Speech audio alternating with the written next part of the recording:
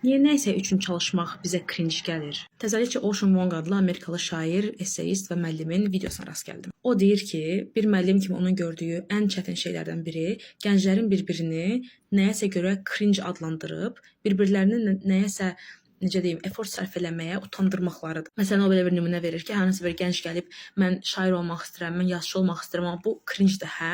deyə sual verməyi belə o deməkdir ki, gənclərin sosial mediada bir-birləri arasında yaratdığı bir nəzarət sistemi var. Yəni sən effort sərf etmədən uğurlu olmalısan, amma bilirik ki, bu mümkün deyil də, effort sərf eləməliyik. Əgər varlı bir ailədən gəlməmişiksə. Hətta ancaq varlı ailə deyil, mükəmməl bir beynimiz falan yoxdursa, yəni istisna durumlar yoxdursa, biz istənilən bir şey üçün, uğurlu olmaq üçün effort sərf etməliyik. Və biz davamlı olaraq başlayırıq sosial mediada paylaşdığımız şəkildən tutmuş, mahnıya qədər hər şeyi bir-bir düşünmək ki, görəsən mən bunu edəndə cringe göründüm. Məsələn, özümdən nümunə verəsi olsam, mən 2013-cü ildən bəri internet istifadəçisiyəm və Twitter istifadə eləməyindən Tumblr-ına qədər, Wattpad-da hekayələr yazmağa qədər, YouTube-da video çəkməyə qədər mənim o qədər çox internetdə kontentim var ki, və buna baxmayaraq neçə ildir artıq, 8 ildir, üzr istəyirəm, 12 ildir internetdə var olmağıma baxmayaraq, hələ də mən bəzi videolar paylaşanda, bəzi fikirlər bildirəndə fikirləşirəm ki, görəsən çox cringe-dir və yaxud da görəsən qınayacaqlar məni. Amma məsələ də burasındadır. O an özümüzü dayandırmaq.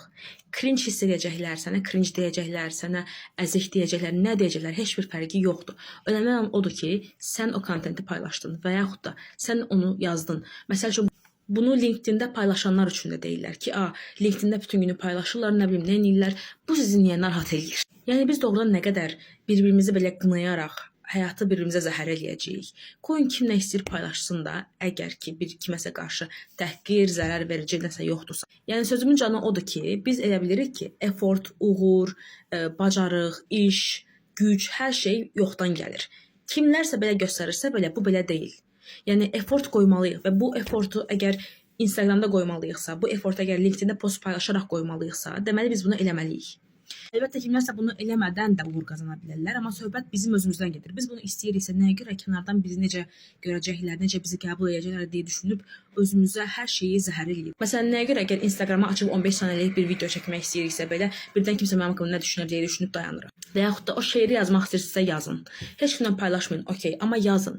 Çünki günün sonunda cringe və yaxud da qeyri-cringe 20 il sonra bunu heç kim xatırlamayacaq. Və olan bizə olacaq. Bizim bastırılmış duyğularımıza, istəklərimizə və yaxud da potensial olaraq gələcəkdə əldə edə biləcəyimiz, amma əldə etmədiyimiz şeylərə. Mən bunu həmişə dostlarımın danışanda da deyirəm. Cringe-i qucaqlayın. Biz mümkün deyil ki, cringe olmayaq hər hansı bir hərəkətimizlə. Cringe olmağımız okeydir, cringe ola bilərik və cringe olduğumuz hissələrdə bizik.